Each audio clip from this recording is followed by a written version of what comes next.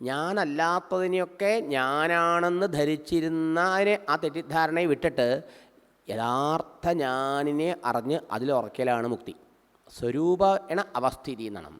നമ്മളിലെ ഈ അഹങ്കാരം പോണെങ്കിൽ ഭഗവത് ദർശനം വേണം. വൈകുണ്ഠ ദർശിച്ച ഭഗവത് ദർശനം, ആത്മദർശനത്തിലെ അഹങ്കാരം പൂർണ്ണമായിട്ടും പോവുള്ളൂ. അതുവരെ ഭഗവാന്റെ ദാസൻ, ഭക്തൻ എന്ന ഭാവം വെച്ചുകൊണ്ട് ആ കൈങ്കര്യം ചെയ്തുകൊണ്ടിരുന്നാൽ ആ ഭഗവത് കൃപ കൊണ്ട് നമുക്ക് ആ ഭഗവത് അനുഭൂതി, ആത്മാനുഭവം അത് കിട്ടുമ്പോഴോ അവിടെ ഞാനില്ലാണ്ടാവും. ഞാൻ അപ്പോഴേ പൂർണ്ണമായിട്ടും ഇല്ലാണ്ടാവുള്ളൂ എന്നും സൂചിപ്പിച്ചു.